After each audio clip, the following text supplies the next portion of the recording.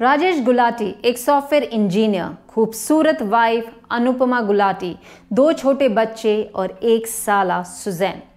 लगभग शादी के 10 साल के बाद अचानक से अनुपमा गायब हो जाती है और उसके गायब होने के 55 दिन के बाद उसके मोबाइल से एक मैसेज आता है कि मैं बहुत दूर जा चुकी हूँ, मुझे ढूंढना नहीं।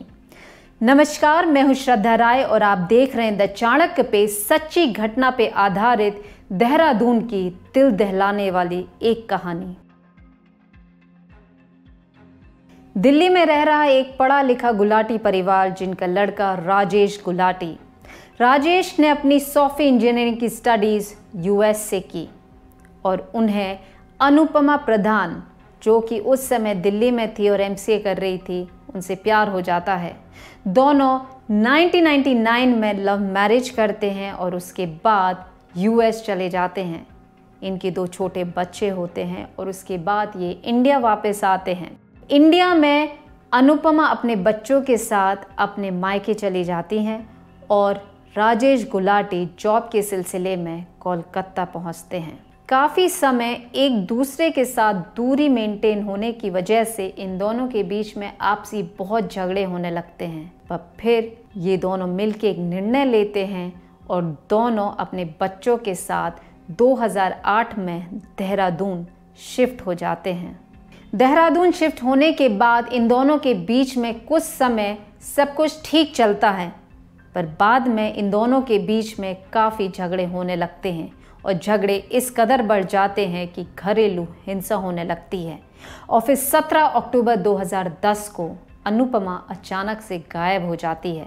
अनुपमा के घर के लोग उससे कांटेक्ट करने की कोशिश करते हैं, पर काफ़ी दिन तक उससे बात ना होने के कारण वो राजेश से पूछते हैं कि आखिर अनुपमा कहाँ है।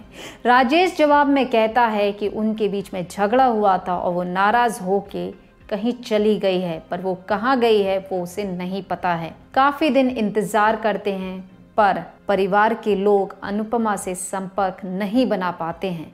इसीलिए सुजैन यानी कि अनुपमा का भाई दिल्ली से देहरादून अपने जीजा जी के घर पहुंचता है। वो जीजा जी से जानने की कोशिश करता है कि आखिर 2 महीने से अनुपमा गायब है, आपने छानबीन क्यों नहीं की, क्यों जानने की कोशिश नहीं की कि उनकी पत्नी कहाँ है। राजेश जवाब में कहता है कि उसके और अनुपमा के बीच में संबंध ठीक नहीं थे, आए दिन झगड़ा होता था, इसीलिए एक दूसरे से ज़्यादा मतलब नहीं रखते थे।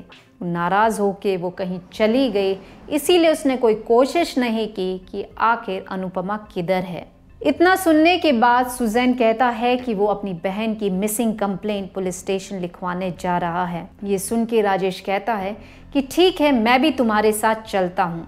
जैसे ही राजेश और सुजैन पुलिस स्टेशन के लिए घर से निकलते हैं तो अचानक से सुजैन के मोबाइल पे एक मैसेज आता है। वो मैसेज अनुपमा के मोबाइल से होता है। मैसेज में लिखा होता है कि भैया, मैं बहुत दूर जा चुकी हूँ, आप मुझे मत ढूंढिए। बस 2 लाइन का ये मैसेज होता है।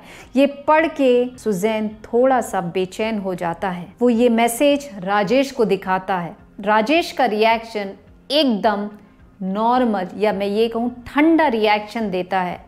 वो कहता है ये वो अक्सर करती थी, कभी भी कहीं चली जाती थी, जब भी उसका मन होता था वो चली जाती थी और वापस आ जाती थी, इसीलिए उसे कोई फर्क नहीं पड़ता है। सुजैन तो ये बात खटकती है कि लगभग 2 महीने से वो अपनी बहन से संपर्क बनाने की कोशिश कर रहा है, पर अचानक से आज जब वो मिसिंग कंप्लेंट लिखवाने जा रहा है तब ही क्यों उसकी बहन का मैसेज आया।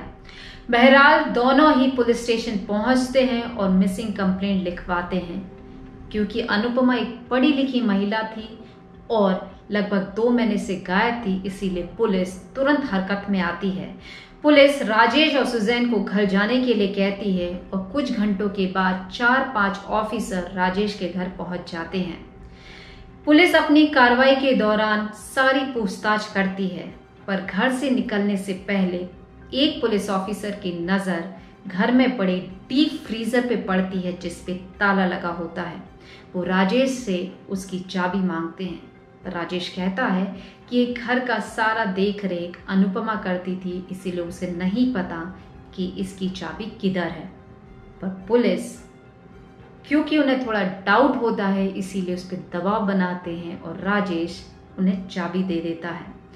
पुलिस उस डीप फ्रीजर का ताला खोलती है।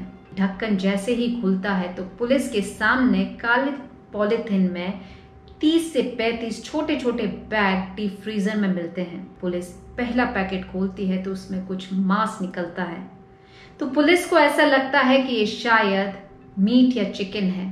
वो दूसरा पैकेट खोलती है और तीसरा, ऐसे कुछ पैकेट खोलते खोलते सारा नॉनवेज ही निकलता आता है।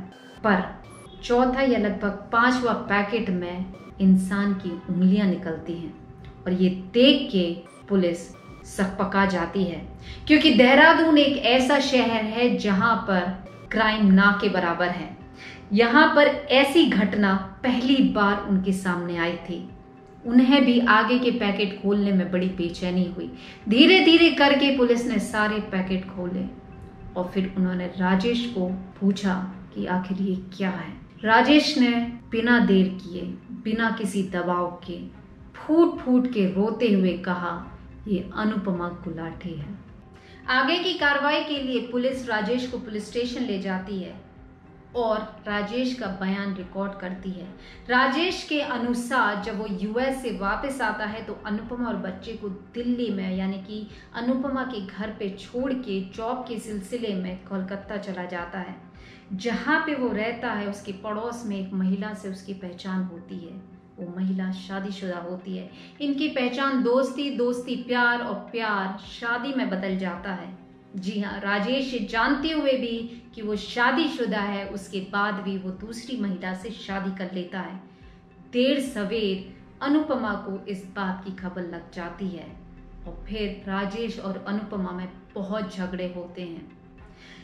यहाँ पर वो राजेश अनुपमा के झगड़े होते हैं और साथ में राजेश के झगड़े वो दूसरी महिला से भी बहुत ज़्यादा बढ़ जाते हैं। इसीलिए राजेश निर्णय लेता है और वो दूसरी महिला को छोड़ देता है और अनुपमा को ये एहसास दिलाता है, ये यकीन दिलाता है कि अब वो सुधर चुका है और आगे का जीवन खुशहाल तरीके से रहना चाहता है उसके साथ और बच्चों के साथ। दोनों समझदार पढ़े लिखे होने के नाते बच्चों की खातिर एक बार फिर नई तरीके से जिंदगी शुरू करते हैं। 2008 में ये दोनों देहरादून पहुंच जाते हैं। देहरादून शिफ्ट होने के बाद कुछ समय तो इन दोनों के बीच में संबंध अच्छे रहते हैं, पर धीरे धीरे कड़वाहट फिर बढ़ने लगती है।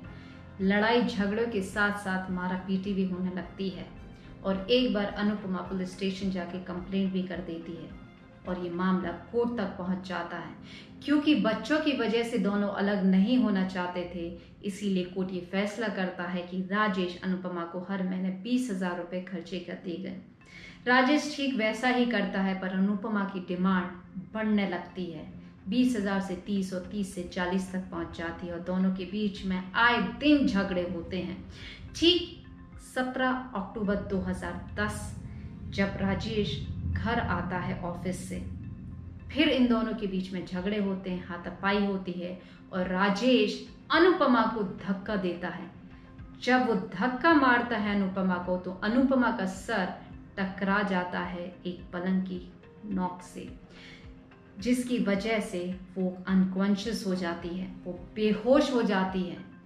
राजेश को ये समझ में आता है कि अगर अब ये उठी तो ये ज़रूर पुलिस स्टेशन जाएगी, क्योंकि इसके माथे पे भी निशान आ चुका है।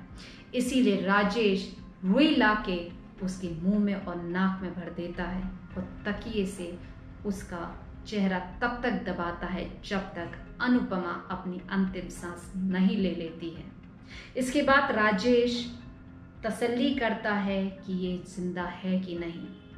जब उसे यकीन हो जाता है कि इसने अपना दम तोड़ दिया है तो उसको बाथरूम में ले जाके छोड़ देता है। बाजार जाके ये डीप फ्रीजर खरीद के लाता है और साथ में एक इलेक्ट्रिक आरी भी लाता है।